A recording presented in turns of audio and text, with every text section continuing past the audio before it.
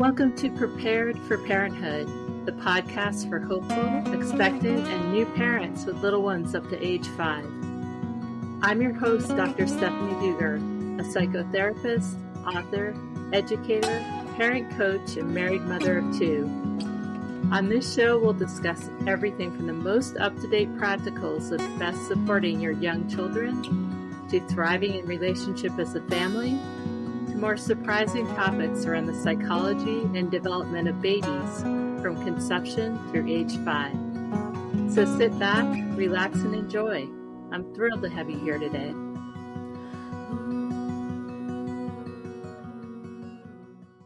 Welcome back to Prepared for Parenthood. Our guest today is Carrie Lingenfelter, a former elementary educator, early childhood interventionist, speech therapist, and mother of 2. She's passionate about living life fully, raising her children to be the best versions of themselves, and connecting to other parents going through this season of life. She mentors parents in how to connect with their children, how to raise conscious kids, parent from their hearts, and better support their gifted, spirited, and highly sensitive children. Welcome, Carrie. So happy to have you here today. Stephanie, thanks so much for having me today. I'm really excited to be here and connect. Can you share a little bit about the work that you do and what it looks like? Yes. So it's been a slowly evolving process this past year. I originally started out wanting to connect with other parents of highly sensitive, gifted, spirited, and also neurodiverse is coming in a lot. And I'm a parent of 2 kids who are all of these things. And also I was all of the pieces that you mentioned as an educator previously. So as I became a mom, I was really isolated, and I felt like there were these pieces that started to really help my kids and connecting with themselves and connecting with me, and some of these mindful tools that are gaining so much research to really helped my kids. So I started my podcast recently, and it was so fun to connect with you because we are on such similar journeys and paths and wanting to help parents consciously raise mindful kids. When you speak about mindfulness, can you share what that means for you? Because I know it means some different things to some different people, and then there's kind of a general term of mindfulness. What do you think of, and how do you use that term? So for me, mindfulness is discussing the positive pieces, changing our mindset, focusing on what we want to see instead of focusing on what we don't want to see, which is often the case. As humans, we can easily fall into that piece. And especially raising gifted, spirited, highly sensitive kiddos, it can be challenging at times. And it can be a lot easier to focus on what we missed out in parenthood, what we thought it was going to look like, instead of focusing on the gifts that were given in this version of parenting that we are receiving or living in. So when I'm talking about mindfulness, I am living and breathing this version of making changes for ourselves and parenting ourselves as we're parenting our kids, looking at pieces of myself that bubble up as I'm raising my kids and trying to figure out, why does my body feel different in this situation when something's going on with my kiddo? Why is it hard for me to drop that situation for my kiddo? So we have the conscious parenting piece, but also looking at mindfulness for our kids too. And I recently interviewed a specialist in Boulder Valley for gifted and talented kiddos. And she was saying that so often as we see their intellectual levels raise, it can be really hard for these kiddos to find the positive mindsets. It can be really hard for them to redirect their thinking. And sometimes we have these overactive brains in these kids that are so smart and so spirited. And so teaching these mindful tools of how to feel our bodies, how to connect our brain and our body, that mind-body connection has been really, really great for my 2 kids. And also, as I'm doing the podcast, I'm finding out it's really been helping other parents too. And how old are your children, and how do they show up? What pieces have pushed you as a parent? So I have a 9-year-old son and a 6-year-old daughter. And I thought that I knew parenting. I was an early childhood speech therapist. I had taught first grade, I had done a lot of child development classes over the years, and I love to geek out on child development in my spare time. So I thought I was totally prepared. But when my kids came, they both had this highly sensitive piece, which I didn't realize. Oh, yeah, I'd read the books. I'm a highly sensitive person too. But I didn't realize what it could look like when two highly sensitive people, my husband and I, had a special baby that is born with all of these gifts and also some struggles too that can be hard for sleep and eating and all of the pieces. So as soon as I had my kiddo, I really was rocked to my core in trying to figure out how to meet his needs and trying to follow all of the parenting books. There's so many that I read when I was preparing to be a mom, and I had this perfect box of parenting that I thought I needed to live in. So I would be on my giant yoga ball with his 85 sleep gadgets, his noise machine, all of the pieces, just trying to get him down on his sleep schedule that I thought I had to do. When I had family members around me saying, Carrie, you know what to do. You know what he needs. You need to connect with yourself. You need to connect with your kiddo. Look at his face. He's bright and alert. He doesn't want to follow the sleep schedule.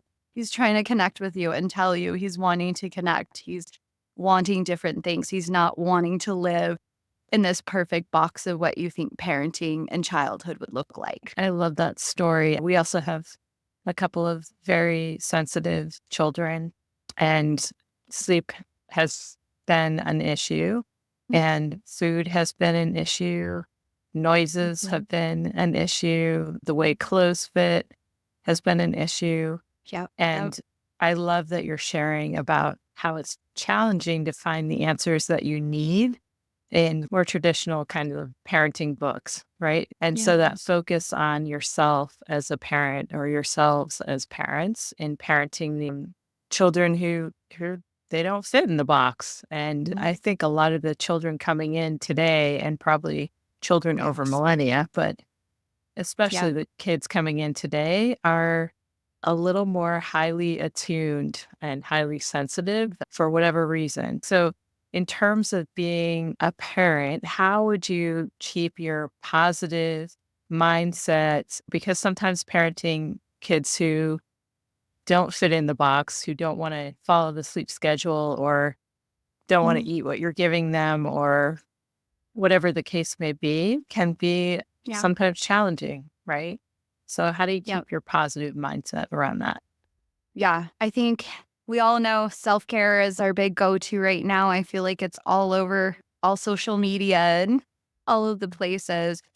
And for me, it's not just the self-care, right? It's finding the time for your self-care. It's finding your time to re-energize, because a lot of these people may also be empaths too. I'm an empath. My kids are empaths. And it can be really draining to be helping them turn their socks inside out when the tags are bothering them, when that little line on the top of the toes is bothering them. Like you mentioned, clothing could be an issue. That can be really draining on us, and we may not notice that at first. My husband and I, we used to think when we first had kids that we needed to spend every single moment of the weekend with them. We thought it's family time and we want to be connected to our kids and we want to be in this with them. And so we thought every moment of the weekend had to be our family time. But it only took a couple of years for us to realize, wait, we need to recharge. We're both empaths here. We're raising these kids that have extra special pieces to them that can be challenging at first when you're figuring it out. And so we would do switch time on the weekends, and we still do it, where we have our time to downcharge. And sometimes I sit and read a book. My husband's very proactive, so he'll do woodworking and build things and take his canoe out. Also, when we talk about self-care, that's really special and great, but it's not day to day, right? It's also having that mind-body connection for ourselves, thinking about, is it really, really loud in here while my husband's helping me by brushing a kid's teeth and I'm washing dishes right now? Is it the time where I can put in my earbuds so I can have that noise canceling piece, because I'm really sensitive too, and this overstimulating pieces can be hard on my system. So it's those day-to-day pieces of knowing when you need to put your earbuds in so you're still present. You can help your husband if he needs help, or you can help your kiddos if they need help, but also knowing I need to reset in this moment. I need to recharge. And having that mind body connection for ourselves is so important. And also modeling it for our kids too, right? What's your favorite way to have that mind body connection just for yourself? So I studied Reiki as soon as my son was born, or after he was born, he was a year old. And it was such a wonderful technique to help me really release and ground myself in meditation. So I do meditation with Reiki, and it's just been a really wonderful way that I can recharge. And sometimes I can only meditate for a few minutes a day. Sometimes I hide out in the bathroom to do it. Busy moms have to find the ways that we can do it. So that's been something that has been really recharging for me. I also am starting to do some like sacred mother groups to try to help me recharge and reconnect. And that's been really cool too. That one's just for moms. We did recently find like a spiritual center for ourselves and for our kids where it's nice because our kids can go with other kids who are being raised in a similar mindset. And then my husband and I can have some time for ourselves too, where we're listening to pieces for parents or adults. So that's been really cool as well. And I think having that foundation in whatever method you choose has been so helpful for our family too. What does mindfulness look like for children? So even with my 6-year-old, I love to take a situation like it's raining and we're going to the zoo. So we talk about this is kind of a bummer. Okay, let's take our rain pants, let's take our rain shoes. And then how can we change that to seeing what we want to see? We're going to focus on what we wish we had today. And so we're also going to pack the sunscreen, guys, and we're going to visualize. Sometimes I'll sit with them and I'll just do like a little guided mini meditation because they're tiny. My kids are young, 6 and 9. I'll walk them through. Let's picture the clouds parting and the sun coming out, and I can feel that sun on my face. And then we talk about staying in that mindset, staying in that positive place and living like it's happening. So that's something we've used. And I've used it a couple of times, and somehow the universe, whoever we believe in, has been so nice. And I'll tell my son, like, you wish this kid was here to play. Let's focus on that. And the kid walks up. I don't know how it happens, but it's been really cool lately. And so my son will walk around and my daughter will walk around and they'll say, I'm going to focus on what I want to see. And they'll see me if I'm having a moment because we're human. And I'll have a space where I'm like, oh, man, I wish that didn't happen. I wish this one thing happened. And my daughter will say, Mom, don't focus on what you don't want to see. You need to focus on what you do want to see. So that's been part of it. And even allowing my kids to see my mistakes and how I work through those mistakes. And I'm not so hard on myself with, oh, yeah, Mom, you're supposed to be modeling this for your kids, but allowing them to see me as human and having my own flaws and my own growth as well. So those have been pieces that I'm teaching my kids and also teaching them the mind-body communication too, right? How does it feel in our bodies? What are we feeling? Are we feeling drained? There's pieces with OT too that come into it, but that mind-body communication is how are we feeling today? Are we feeling like our energy filling up to picking up a few toys today? Is our energy drained? Can we handle that piece? So that's where we've been. And just out of curiosity, so say you go to the zoo, it's pouring rain, you have your rain pants and your rain shoes, and you're focusing on the clouds parting, the sun coming out, but the universe isn't cooperating with you and it's just a full-on downpour. How do your children navigate that when they've been focusing on what I want to focus on, but it's not happening? How do you navigate that? So if it's not changing when we're hoping it changes, there's the psychology piece, right? Helping them through those feelings of, I'm sorry that it didn't change. I'm sorry that we're having to walk around in the wet right now. What can we do to make this fun? How can I help you feel better about this? And what are you feeling in your body right now? Or I can tell your ears are starting to get a little red.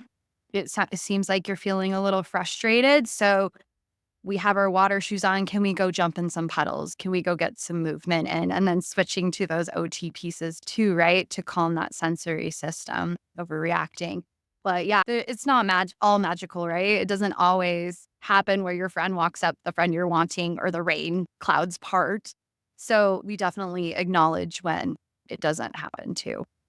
Yeah, I Work love through it that. together. The turning the focus on something else. Like, okay, let's work with what actually is here. If we can't part the clouds on our own, it's wonderful to jump in puddles too. And that brings a sense of joy and shifts things physically, somatically for children Yeah. and for parents too. And also allows for that space of disappointment to shine through. There are going to be times in our lives when we're unhappy with what's happening and it's maybe something that we can't change, right? And how do we navigate that and bring in the fun pieces or the contemplative pieces or the finding contentment where we are now? So I love that piece. It can be so hard for our kids to find content. I feel like we're the instant era. We're raising the kids in this instant era of, I want to know how big a turtle can get. Mom, look it up for me. And you don't have to wait to go to the library to get your book anymore to look up how long a turtle is. It's this instant era of having things, Amazon dropping off packages in that same day. So learning to be content in where we're at, right? And holding that space of curiosity around the world, like when you're speaking to the instant knowledge at your fingertips and instant deliveries when you want them, holding that space of curiosity and anticipation and wonder about the world, I feel like is maybe becoming more of a lost art. And so I love ways of bringing that back in or like, well, what do you imagine? How big do you think a turtle could get? And is it different for different turtles? And what would you do if there was a 20-foot turtle in your living room or something, right? Like you bring in those pieces that reintroduce the wonder and curiosity and all the pieces that you maybe won't ever know, won't ever have answers to. Well, we might have answers to how big a turtle will get, but not to other kinds of questions that we might never know the answers to, right? And so holding that curiosity for kids and letting them play with that, like an imagination game almost. Yes. It's so powerful when we can continue to build those imaginations too, right? Yeah. Yeah. When you think about your own children, what do you feel like mindfulness has done in their lives? We've really been working with the mindful piece. We also have this piece for us that we needed, which was spirituality. We started to introduce that to our kids a couple of years ago and just letting them know that we're connected in some way. It's been something that helps my kids who have overactive brains. There's so many studies now coming out, and I think there's been some for a while showing us when we can reconnect with ourselves, when we can power down the amygdala, when we can reconnect and connect with other humans and connect with ourselves and feel our energy and start to acknowledge where we are as humans, it's been so empowering for my kids. With the mindset piece, we talk about being neurodiverse in our family. We have that piece in our family. So I mentioned to my kids what neurodiverse meant was our brain works a little differently. And my kids use that as an empowering piece for themselves. They understand that there can be some challenges with it too, but also they're finding the positives. Like, Mom, I can hear better than most people. I'm like a dog. Like, it almost feels like a superpower. Even in speech therapy, I was recently looking at goal setting for neurodiversity, and we were talking about finding the strengths in our kids and helping our kids to become the best versions of themselves and helping them to not think that they have to be like every single other human, where you can't tell who's different in a classroom where everybody just blends into one, but finding that our kids are their own selves and their own versions of themselves. And of course, this is helping me as a mom too. I didn't realize that I had pieces of myself that I had tried to fit into the box, but there's so much healing that comes along when we're helping our kids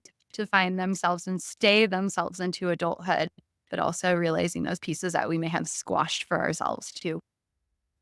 Yeah, and I love what you're sharing. I also was a teacher for many years, and we talk a lot about in the training of becoming a teacher how systemic change is really difficult, right? So we can want to make all these changes, but systemically it's more challenging. And our educational system in general was built during the Industrial Revolution, right? So you're churning Yes. out, like everybody fits in the box and everybody does things the same way, and you Yeah. churn out workers essentially. And obviously we Right. know a lot more now about the complexity of the human experience, and we bring more of that. I know a lot of teachers work really hard to bring a lot of that into their Mhm. classrooms. And it's also freeing, I think, as parents, right? Like it's okay for us to parent our children in different ways and feel okay about all the different gifts that they bring in and some of the challenges that it may present for us as parents of like, wow, this is new and I'm not sure how to navigate this well. And it's great to know that there are resources out there now that weren't available really for people 50, 100 years ago. So I feel this hope around what we can provide for our children who are coming into the world now that is different and more supportive and celebrates our differences and the different gifts that we can all bring. So whether it's being able to hear better than other people or seeing a problem in a different lens than other different kinds of brains might see it. I just love that we're changing and evolving at least the best of our abilities as a species. And the people who are coming onto the planet now are sharing different things than they might have 50 years ago. Yes. So beautifully put. There's these pieces as we're trying to adjust to this new era, right? We're trying to come into this era and accepting and understanding so many of these humans that are coming with these amazing brains and personalities and pieces to them and so many gifts.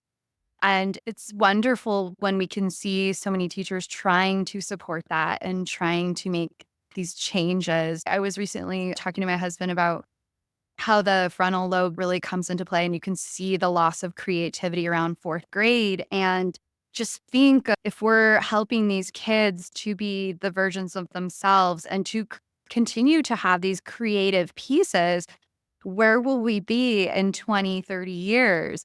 What will it look like? I mean, 20, 30 years ago, we couldn't imagine the internet. We couldn't imagine being a software engineer for the internet, all of these pieces that were created. And if we're raising this era that can be more creative and have the freedom to imagine and to explore and to develop these new ideas, like where would we go with that? What would it look like? So love Yeah. that. And that we don't have to rely on things like AI to take care of everything. Like we can be so much more creative ourselves with what we're coming in with and the boundlessness of creativity that could reside in any one human or any group of humans. We've been Yeah. speaking today with Carrie Lingenfelter. Carrie, can you share how people can find out more about your work and how to get in touch with you? Sure. So I have a website. It's hearttoheartlife.com. And then I have the Parenting Our Mindful Kids podcast. It's called Heart to Heart Parents podcast. And I love connecting with others and love hearing stories and spreading our fun words as we are. Stephanie, thanks so much for having me here today.